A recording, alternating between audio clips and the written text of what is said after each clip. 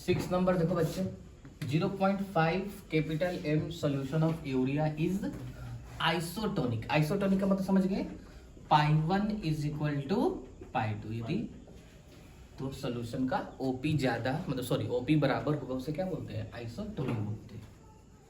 ठीक है भाई साहब, चेक कर लेते हैं अभी ना। पाई 1 इज इक्वल टू पाई 2, इसका मतलब क्या हुआ, इसका I1 होगा, इसका भी क्या होगा बाबू, I2। इसकी कंसंट्रेशन C1 तो इसकी कंसंट्रेशन कितनी बाबू, लेकिन दोनों की कंसंट्रेशन क्या होगी बाबू, सेम होगी क्योंकि आइसोटोनिक है। ठीक है, यानी कि I1 इज इक्वल टू क्या हो गया बाबू, I2 हो गया। अब पूरा सवाल किस पर डिपेंड हो गया, फिर से I पर। अब बताओ यूरिया का I कितना होता है, आप कहेंगे सर टूटता नहीं है तो क्या होगा, अब बता दीजिए 1 इन चारों में से किसका होगा, आप कहेंगे बाबू शुगर का 1। आ रही बात समझ में, आसान है। ठीक है, आइए देखिएगा बेंजोइक एसिड किस रूप में आ जाता है बाबू, डाइमर के रूप में, लिखवा रखा हो ना।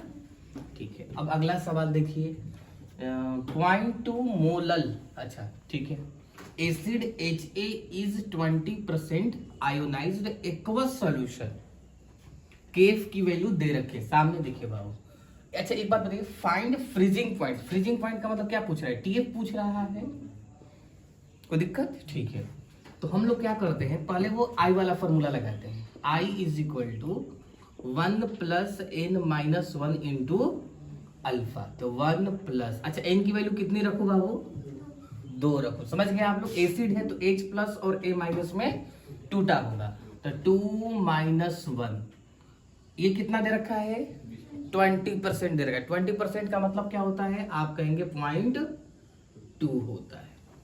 अरे बात समझ में, तो ये 0.2 में 1 यानी कि 1.2, आई की वैल्यू आ गई।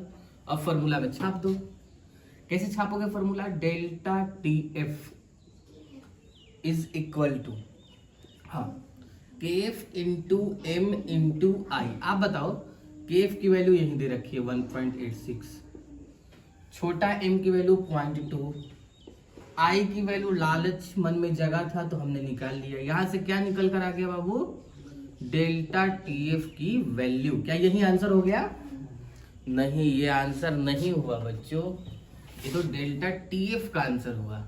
लेकिन डेल्टा TF किसके, यही कर दो क्या, डेल्टा TF किसके बराबर होता है आप बताओ, डेल्टा TF किसके बराबर हो, आप कहोगे T नोड F, हाँ मैं शुरू से लिख दूं आराम से, TF is equal to T node F minus delta TF, यही फॉर्मूला लिखवा रखा हूं, देखिए तो यहां से किसकी वैल्यू आ गई बाबू, TF की वैल्यू आ गई, तो मैं यहाँ साइन लगा देता हूं, निकाल लेंगे ना मल्टीप्लाई करके। ठीक है, T नोड F सोल्यूशन कैसा है बाबू, एक्वस यानी कि पानी, तो पानी के लिए कितना डिग्री लिख देना, लिख दो। अरे पानी के लिए केफ नहीं लिखना है, प्योर सॉल्वेंट का फ्रीजिंग पॉइंट लिखना है, तो कितना लिख दोगे बाबू, 0।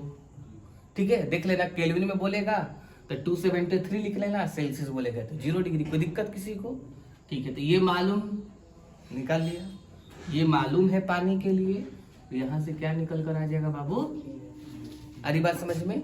एक नंबर सवाल देखिए, देखिए क्या पूछ रहा है ये, एजियोट्रॉपिक सॉल्यूशन है, तो पहले मुझे बताइए एजियोट्रॉपिक होता क्या है, तो आप कहेंगे लिक्विड फेज और वेपर फेज का कॉम्पोजिशन क्या होगा बाबू, सेम होगा। ठीक है भाई साहब, दो लिक्विड्स है जिसकी बॉइलिंग पॉइंट जो है boiling point lower than either of them, यानी कि मान लो एक अनारकली है एक बसंती है, नहीं हो, दोनों का बॉइलिंग पॉइंट दे रखा है, मान लो एक 80 डिग्री सेल्सियस दे रखा है, एक 90 दे रखा है, दोनों में से कौन कम है, अनारकली, तो जिसका अच्छा हाँ 80 कम, गलती होगी बाबू 80, बहुत बढ़िया, जिसका बॉइलिंग पॉइंट कम होगा उसका वेपर प्रेशर क्या होगा बाबू, ज्यादा। अब वेपर प्रेशर ज्यादा का मतलब निगेटिव डेविएशन या पॉजिटिव डेविएशन, पॉजिटिव डेविएशन, यानी कि बी इज द आंसर, यानी कि बक्सर इज द आंसर बच्चों। ओके, 9th नंबर अब देखिए जरा ध्यान से, ये क्या पंचो जैसा सवाल है, vapour pressure of pure CH3OH, यानी कि मिथेनॉल का वेपर प्रेशर दे रखा है, प्योर दे रखा है, इतना दे रखा है, ठीक है। वेपर प्रेशर इसी लिक्विड का सॉल्यूशन में भी दे रखा है वो, चलिए काम ही हो गया हमारा। तो पूछ रहा है कि MF बताइए, मतलब कि मोल फ्रैक्शन बताइए, तो फॉर्मूला क्या सिखाई है आपकी मैम, आप कहेंगे P nought A minus P S, upon में भी क्या लिख दूं बाबू, P nought A is equal to क्या लिख दूं, एक्स बी। समझ गए आप लोग बात को, फॉर्मूले को। ये प्योर वाला हो गया और ये किसका हो गया बाबू, सोल्यूशन। छाप दीजिए ना बाबू, पी नोड ए यानी कि ये 0 माइनस 0.09 अपॉन 0.15। कोई दिक्कत? सॉल्व करेंगे, ये हमारा क्या होगा बाबू, कोई दिक्कत?